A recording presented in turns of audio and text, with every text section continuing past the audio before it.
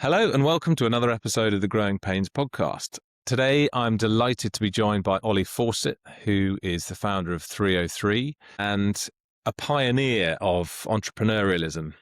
Olly, welcome to the podcast. Hello, mate. How are you? Very good, thanks. How are you doing?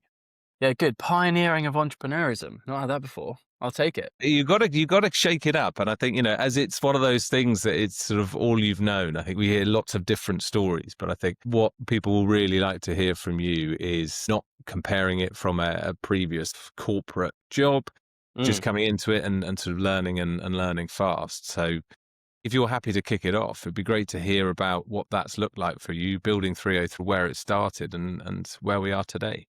Yeah, sure. I mean, the shorter version of the story is when I was around 12 or 13, I just decided that, I think I was a year before the increase in fees for university. So I think my sister was just not that year. She's 2 school years older, and then kind of I was going to go into that. And at the age of seeing that and, those awful student riots and all that kind of stuff, I was just like, there's no way I'm going to university. And I didn't really like the school space. Really, I also hate complaining about the school space because I don't know the solution towards it. I think it's a really difficult problem to try and find a way to teach 250, 400, however many people are at schools, students the same way. I just don't think there's a way to do it. I think it could be something that the AI world could take on and make very different. So let's see. But yeah, for me, it was just never going to go to university. I'll go to college because I probably have to, and I don't know what else I'll be doing. And yeah, for me, it was just go into the college environment, see how you get on.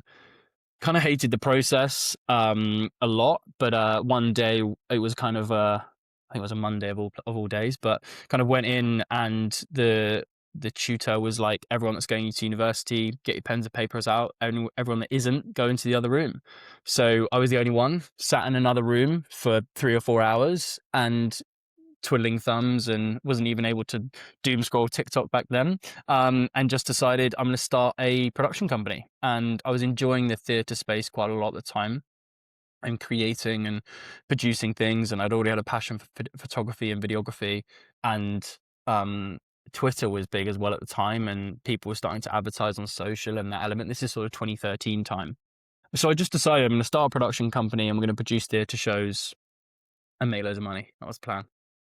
We then did that while I was still at college. So I was sort of 17 going on to 18. And then coming out of that, I left college with an E in business and not much else, which is slightly hilarious.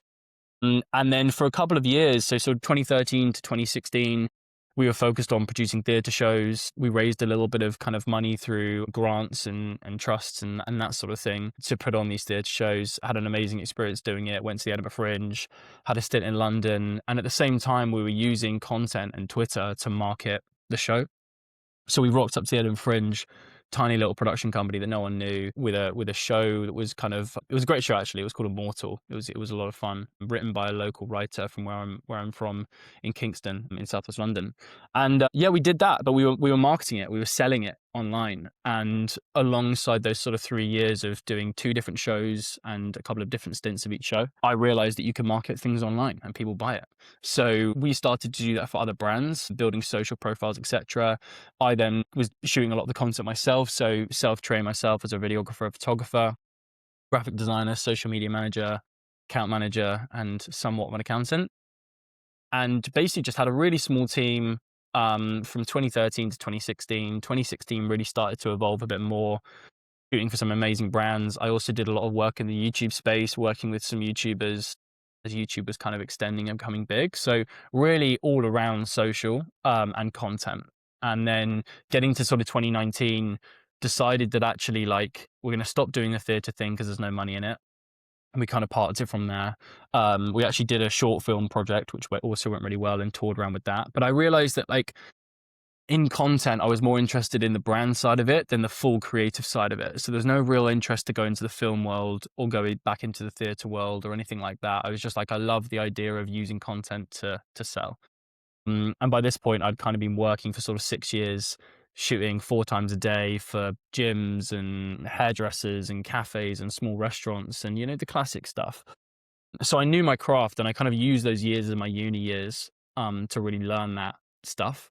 And then coming into 2019, decided I wanted to scale this up and just become a little bit bigger.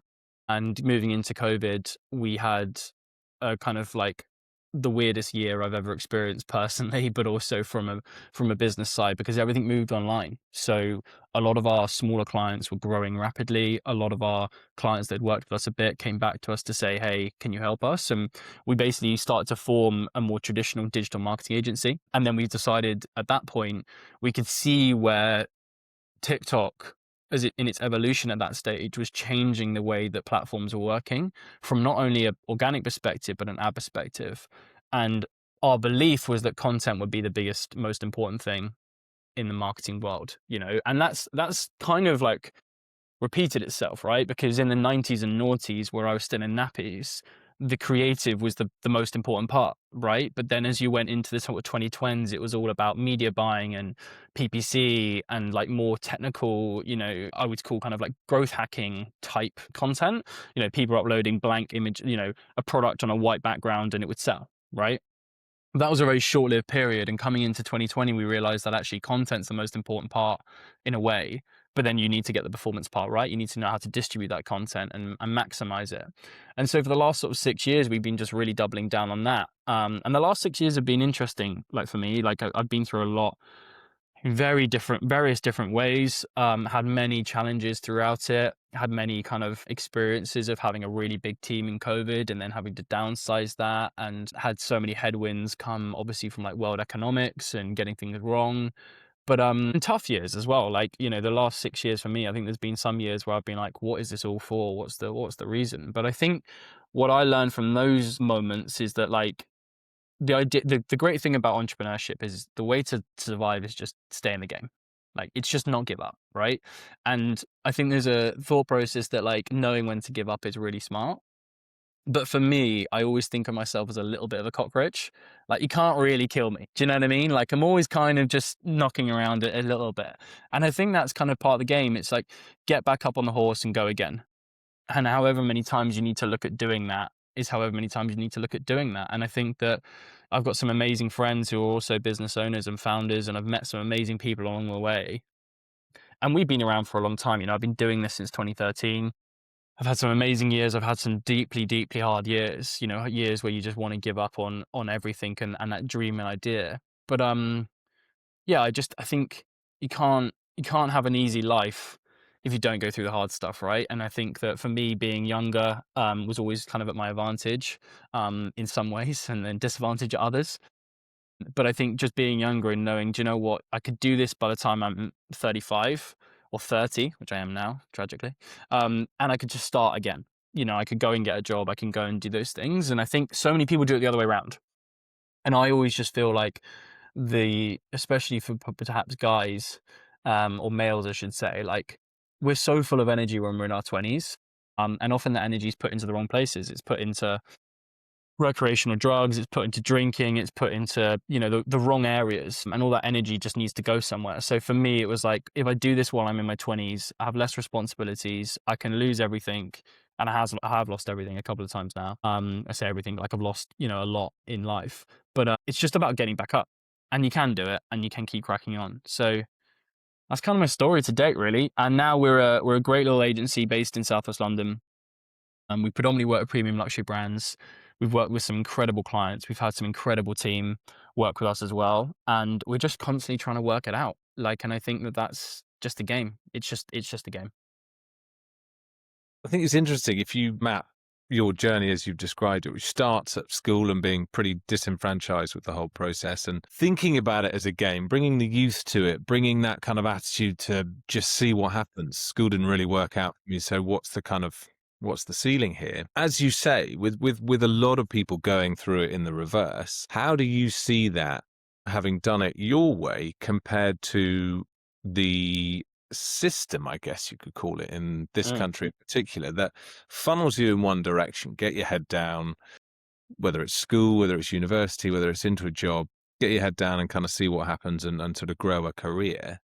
Flipping that on its head, how do you view the sort of fear of failure here and the way that it's set up and how that actually restricts growth in a lot of cases and, as you say, ends up in a lot of potential energy being lost. Yeah, like I think everyone's terrified of failure.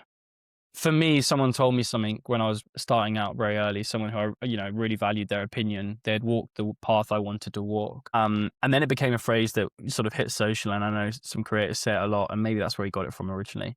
But he said to me once, he was like, regret is way more painful than failure. And there's never a time when that won't exist. And I think for me, that's just always what I go off, is that like, I just don't want to be 50 or 60 or 70 where I could still do something. I mean, I love the Colonel Sanders story. Colonel Sanders, the guy that invented KFC, and he started when he was like 64. Like, I love those things. That's just like, it gives me a spark when I read that stuff. But I think that like, I didn't want to get to that age and just regret I didn't do it.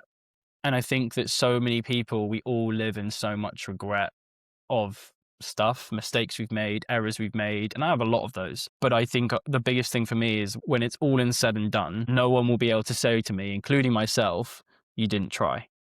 And that's it. Like, that's just all I think is important, is just like, try as soon as you can. And I think that there's so many people that go through the university thing, they tell themselves they're going to university because they need to grow up. University is the most sheltered experience you can ever have. Like, what the fuck are we talking about? Do you know what I mean? It's like that for me is just bullshit. You're lying to yourself, because there's no reason to go. A lot of my friends said that, like, I just want to have a few years of just growing up. When people go traveling, I think that's amazing. I never did that. And I kind of do regret not doing that a little bit. I don't like flying, so there's a problem there. But like, generally, I think that, doing those things, that's not something you're going to ever regret. But I think now, and I saw a lot about it at the start of the year. There was lots of conversations with the university debt issues that were coming out, I think in January this year, where people are just like, why did I do that? And it's a cultural thing in many ways, right? Like, in this country, we're told to go to university. I think that's changing massively. But do I think university's for everyone? No. Do I think it's for some people? And if I need heart surgery and the guys learn how to do it on YouTube, I'm not doing it. Do you know what I mean? Like, there's industries there that I think will always have a place in university, but it's the bullshit geography degrees and like that kind of thing that I'm just like, you're going for the sake of going. And life is so precious in so many ways. And I think for me, it's one of those things where we have to just lean into like the opportunities we have. And being young in that is an advantage, because it's just energy, isn't it? Like, if I was starting now, I obviously do occasionally get involved in newer business projects, and I've started a newer agency in the last couple of years, which is very focused on one thing. But I've also in that, like, it is harder when you're a bit older. You just have a bit more. It's a bit more painful. Chemistry and biology are not on your favor and that sort of stuff. But like, I work with I'm on a board for a very small agency. It's tiny in the grand scheme of things, and it's run by a guy who's like in his 20s. And like, he just works so hard. He doesn't work all the time. I'll call him at 3 o'clock on a Friday to catch up, and he's playing golf. I'm like, do your thing, man. Because when he's working, he's like really impactful, and that's great. And like, he's making so many mistakes, and we're guiding him through a couple of those and avoiding some of the big ones. But like, you can just see the energy in him being a 20-year-old kid. Like, the naivety is amazing. Like, I wish I was as naive as I used to be, because it's just so, you don't worry about stuff. You don't have the anxiety. You've not played those cards. And I think that for a lot of people who do go down more traditional routes and get a job and stuff, for some people, that's what they want to do. And I worry that, like, there's a few people online, and people will probably know who I'm speaking about, that are always asking, what do you want to do? I was about to say, what's your dream, which will probably give it away and all that kind of stuff. And it's like, everyone can be an entrepreneur and that kind of thing. And I don't think everyone can be an entrepreneur, because it's horrible 95% of the time. The reason why we do it is the 5% is worth it. And I think that's where, like, it's not for everyone, and that's not coming from a pedestal. It's not coming from an ego place. I just don't think it is. Like, I sometimes question if it's right for me. Sometimes I'm like, oh, why don't I just go get a job? Because I'm not that employable, but I reckon I could probably get a pretty decent job with the knowledge and experience I have, right? So I do think it's a really hard one. The system will always be broken, I think, because it's a very impossible challenge to fix. And I think it would take some very intelligent minds to fix it. It's not the government's fault. It's not society's fault. It's just a human problem we have of how do we find a path for millions of people that go through the school system every year. And I think it's really difficult. But I think the only way I think it's possible is to give more awareness as to what the options really are. I think that's missing. I was asked to go back to one of my schools for a talk, which was fun. To be invited back to kind of do a little session with some of the older kids and stuff, many years ago now. Um, Even then, like, I was only out of school from 5, 6 years or something like that. Wasn't that old. But just, like, the questions they're asking is just like, "Why didn't you go? You're a cool entrepreneur," and all that kind of stuff. I'm like, "Guys, like, I'm probably more stressed out than all my friends right now. Like, it's not that fun right now. But if you know that you wanna do those things, go and do them." And it's that was really good for me, and hopefully for them, because I was just like, it's a different perspective. We're all so sheltered. Everyone's got one view, like mum, dad are influences, teacher influences, kid influences. And don't get me wrong, I don't know what would have happened if I went to university. I could be even more successful, whatever successful means, but I could also be way more in a pit of misery. Who knows? We'll never know. And in terms of, you talked about making mistakes. That's obviously a large part of it, right? The sort of the learning curve. What's your approach then to you're established? It goes from you being able to make your own mistakes and learn from them to then handing over to other people to make mistakes as they help to grow your business, service your clients. What's your approach then to making sure that other people have that experience, are able to make mistakes, learn from them, move quickly, and kind of give them that same opportunity to grow, I guess?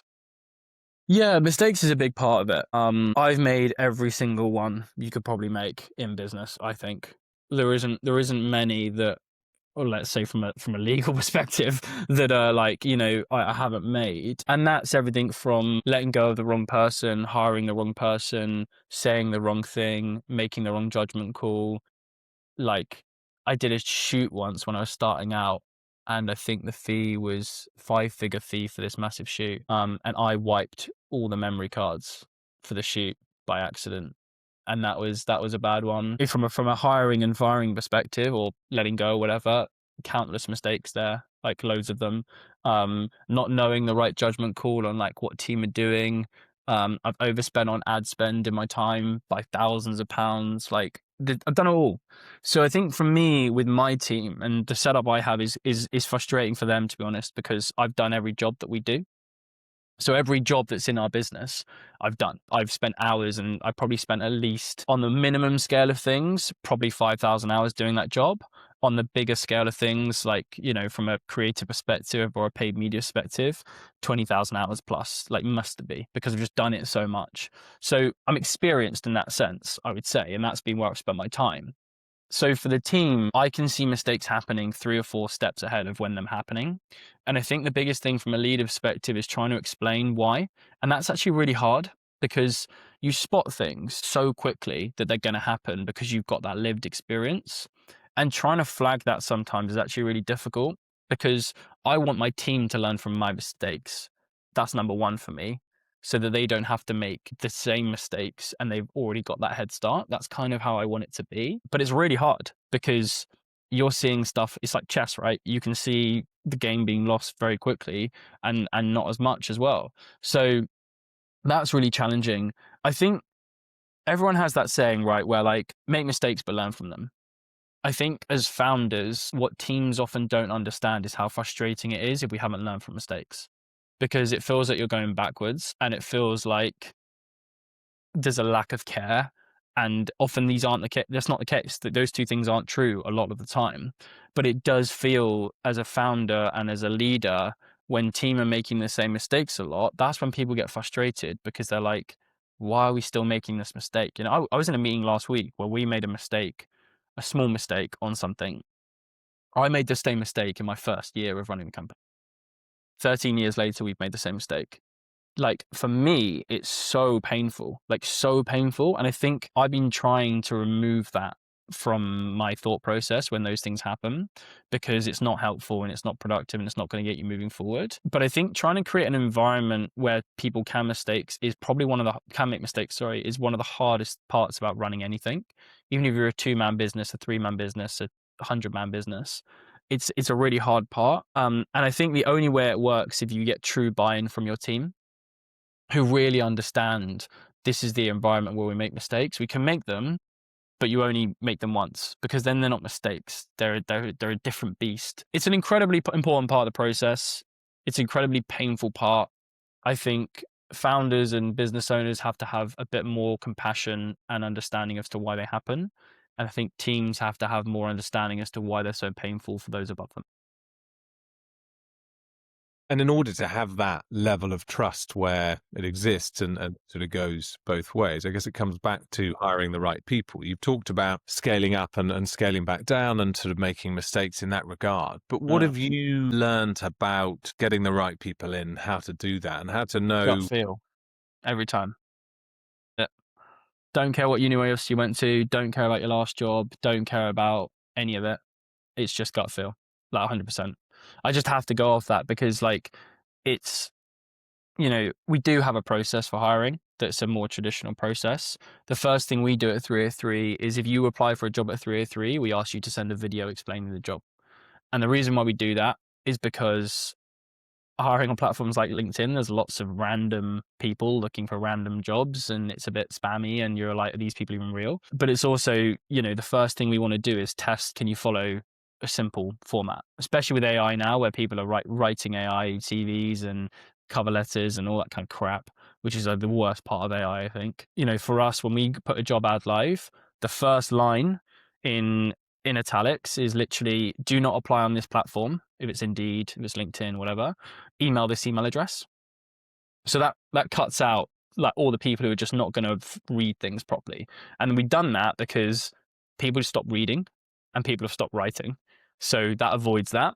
And then if they come through and we do review a CV and we review a account level, a role level that they're at and etc. And we like the look of things. The first two things we do is send us a video explaining why you think you're right for the role and who you are, and tell us about you. Make it as long as you want, but straight away in our line of work, they're marketing themselves. So they can market themselves, they can market our clients. So that's kind of test number one. And the second test is just straight away understanding what salary you want. In the UK, this awkward money conversation problem we all have is just the worst thing in the world. So straight away, I want to know what someone needs from us financially and what they're going to be delivering for us. And then from that gut feel gives us everything we need to know. And then there's a process of, first round call and then in person and those sorts of things. But to get through that is already told us enough. And that's a simple process. But most people are more complicated or they're not as simple. It's like, there isn't anything there. But I think from where I am now, like you can tell straight away. And I think it's always a test. I don't think I'm that easy to work for. I think I'm quite hard to work for. I think that I work in a different way to most people. I'm nothing special. I just think there's a level of me being set in my ways. There's a level of always wanting to improve that. Of course, it's a big thing I always think about and become self-conscious about quite a lot. But I don't think it's easy working for me. And I think there's a lot of that happening at the moment. So the thing for me is like, could I kind of go into battle with that person, even if they're a junior video editor or a, intern, perhaps. I mean, we don't really get that many interns at our businesses because we're not really like set up in the right way for interns, because I think so many people just load up on interns and then complain they don't do anything. You haven't trained them anything. So it's that problem. But it's just gut feel. Like I want to know, it's not about like how hard you're going to work and how much overtime you're going to do. When it comes to it, when it's really difficult, can I rely on this person? And that's a gut feel thing. No CV is going to tell you that. Do they have the skill set? Sure. But like, especially now, CVs are very inflated and very different and have evolved a lot. And I've seen some over the years which have been incredible. And within 5 minutes on a call, I'm like, no way. There's no way. You just know. And I think that if you can't really showcase yourself in a few minutes, I think no matter if you're introverted or extroverted, I think that becomes very difficult. And it's interesting, like I won't share who it is or who they are, but last year I was at a kind of founders dinner and I was the smallest company in the room by far. There was some guys there that were running a big recruitment business, hundreds of employees. There were some tech guys there who were running, well-funded, great businesses. And we were talking about like teams and hiring, and everyone was sort of talking about their different things, and there's obviously some interesting stories in there and that kind of thing. And what I started to realize is that university degrees just meant nothing to anyone, and that's really sad that that's the case. Like, I know from friends who've got impressive degrees how hard they worked for it. And I feel like, 20 years ago, if you got a first from any university, maybe bar a few, but any university, it was a big deal because it actually showed how intelligent you were and how hard you worked and how much you cared about a thing. And it just felt like, that they were talking and I was just listening because I was so fascinated by it. And it was like university degrees, like, could not care, like even big ones. Master's degrees could not care, like, just not relevant in their minds. And these are coming from like impressive entrepreneurs. And then the other thing that was really scary for me is how much other founders didn't want to consider younger generations for roles. And it was like terrifying in the sense of like there was, ageism being applied there. Now, ageism used to be in like, you know, close to retirement age. And, it used to be get 21-year-olds out of university and put them in low paying jobs. Like at the moment, like I was sat there and I was like, this is crazy that like they are seeing when someone went to university and went like, we want more lived in experience to join the team. And it was a real moment because I was just like, I started at 17 and, if I'm 17 now, I think they're going to have the hardest job crisis that's ever happened. I think it's going to be impossible to get a job at that age. And I had so much ageism when I was a kid, right? I would go into like banks and, high net worth brands and big companies and be a child and be looked at like a child and be judged like a child. But it worked for me because we were doing this new cool thing called social media. So it kind of worked in my favor. But like the perception now on the generation that is probably currently at university or just come out of it, I think that job market is impossible. And it's coming from founders because the dynamic of employee to employer dynamic was so far the wrong way pre-COVID. Employers were getting away with murder, badly treated employees, no benefits, like all that kind of stuff. Really, really quite aggressively. I'm sure you might remember it from some of your work, seeing that. And then what happened in COVID is this kind of like balance recalibrated. And now, employee wellness is a massive topic, benefits, etc. But what's happened with that, and where we want to be, by the way, is even, like, in my opinion, that's the beauty spot that we want to obviously get to. Balance is everything. But I think we're so far the other way that I sit in conversations with founders and they're just like, I'm just going to do it myself. And this AI replacing your job thing, I think comes from that. I think comes from like, I just don't want to deal with tricky stuff, difficult stuff, people who complain, people who want more. And it's really hard because they should have those things. But there's lots of misconception happening and there's lots of different, and I think no founder is ever going to come out and say, I'm not going to hire anyone under 21 or I'm under 25. No founder is going to say that. But I think they're thinking it, in my opinion. Like, I think that conversation's being had behind closed doors. And I really worry for that generation because, like, how are they going to do anything? And that is where AI is badly timed because AI is going to be an easy option.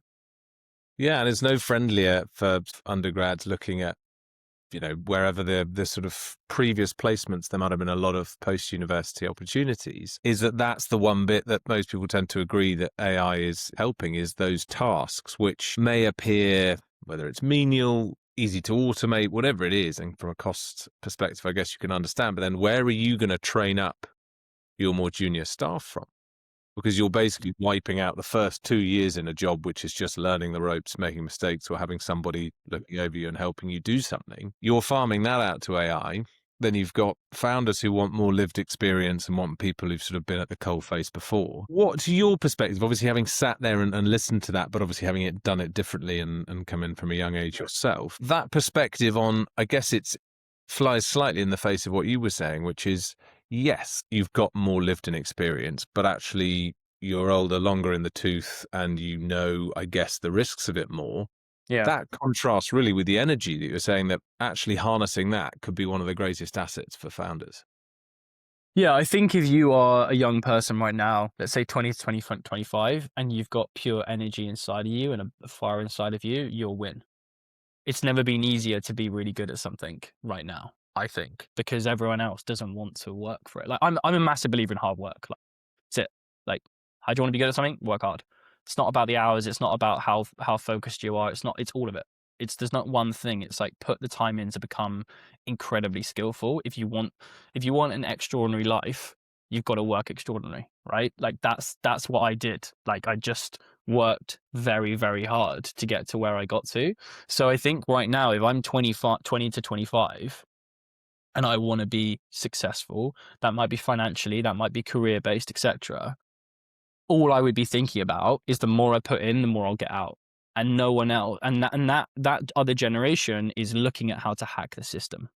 They're looking at how to, and there's a level of like, and this is what's really tough about the economics, in my opinion, is like, you should be able to be in your 20s and buy a house. Like we're not going to go into that massively, but like life is unfair at the moment and it's really tough for a lot of people.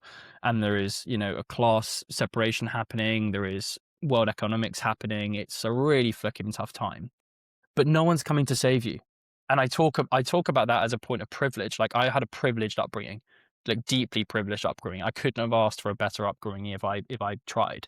Like I had exactly what I needed when I needed it. I had support, I had love, I had, the whole picture of privilege. But if you're in the same position as me, no one's going to come and save you and do it for you. It's just not going to happen. If you're in a place of less privilege, my argument is like, I don't know who's going to come and save you. So if you want to take control of it, take control of it. Like that's what you have to do. More privilege, like whatever. It's a different game. But I think I understand how lucky I was in being born how I was born, like if that makes sense in terms of like the environment I was born into, the opportunity I was born into, etc. People have had more opportunity and less than opportunity than me, and I can't control that. The only thing I control is just if I want to be really good at something, put the time in. So if you're 20 to 25, for me, work really hard.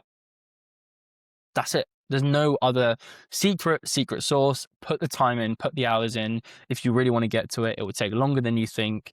I work as hard as I do now than I did 10 years ago, and I don't think that's going to change in the next 10 years. Like, keep going through it. That's it. There's no other solution in my mind. It doesn't matter, what privilege other people have, what opportunity other people have, the luck they had, etc. It's just the ability to execute. Just keep moving forward and try and understand. If you want the hack, the only hack I can think about really is whatever career or industry you're going into, what's the one thing they really want in 5 years' time? So for me, when I think about that, when I was thinking about, I was mentioning about creative earlier, I predicted that creative would be more important in a couple of years. That was just the judgment. That prediction came from experience because I'd done the work and I'd understood and I became obsessed with the industry and that sort of stuff. I just realized there's workmen outside my window, by the way. I'm not getting robbed, just FYI if anyone's watching. So yeah, like I put the work in and put the effort into it in order to try and understand what was going to happen. And my prediction is that in 5 years' time, they're going to need more creative. They're going to need brilliant creative for the kind of brands I want to work for. So I built for that. I kind of tried to future-proof it in some way. Do you know what I mean? But that's the only hack that I can think about. So the AI thing we were just talking about, if you are wanting to be a lawyer in life, you're going to have to go to law school. That's just the way the system works. Sounds like a load of fun. Not for me. But you're going to have to go through law school. But thinking, how does AI come into law? At the moment, so many people are trying to fight legal battles on Claude and ChatGPT and those sorts of things. So as opposed to just ignoring what everyone's doing, understand it and formulate your opinion. Like there are so many examples of that we've done as an agency where we're opinionated because people are hiring us for our opinion. We're a service-based business. So if you're wanting to be a lawyer, your opinions really matter, but your history really matters as well, and what you know and what you don't know. But trying to just think ahead, and everyone's going, right, you need to become an AI prompt expert and you need to know how AI works, etc. Like I remember the days where like different social platforms would come out and it would be like, you need to know about this and that stuff. And like some of them we did, some of them we didn't. Like we don't know. But I think the AI thing is scary. I think it's an opportunity. I think it's so many different things. But if you're trying to work out where you want to get to as a young person at the moment, I think really trying to put a thought into where is the industry going to go and how can I understand that, I think is number one. And number two is get the fuck to work. Like go. now, yesterday. Keep like that's the thing you have to do. Like I just don't think I can't think of any other way to get around that part. And I think that's the part that we're missing. And when I was a kid, my generation was called the lazy generation.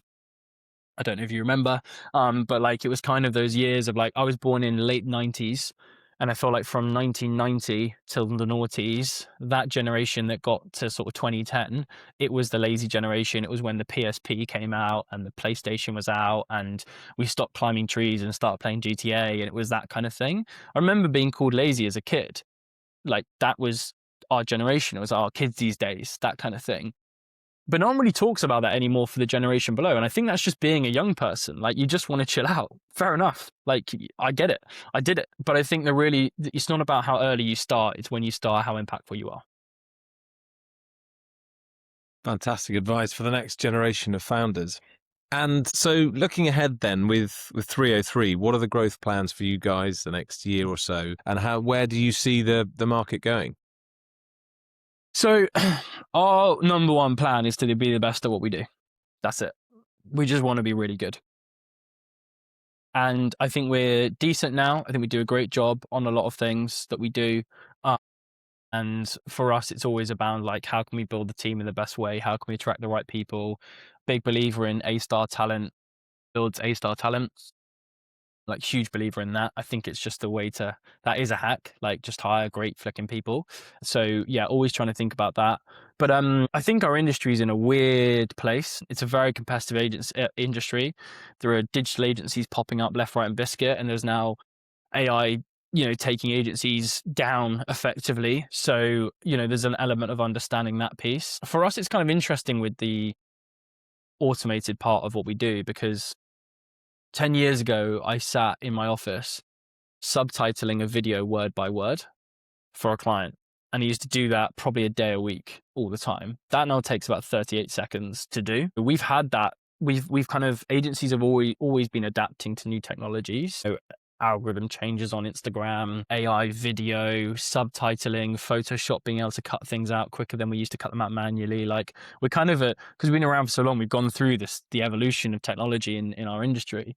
AI is by far the biggest one. I think that AI, for us, there's a couple of things in that. So I think we're already seeing the AI slop, which is what everyone keeps calling it on LinkedIn and other platforms. And I think the fact that people are over relying on AI is happening already.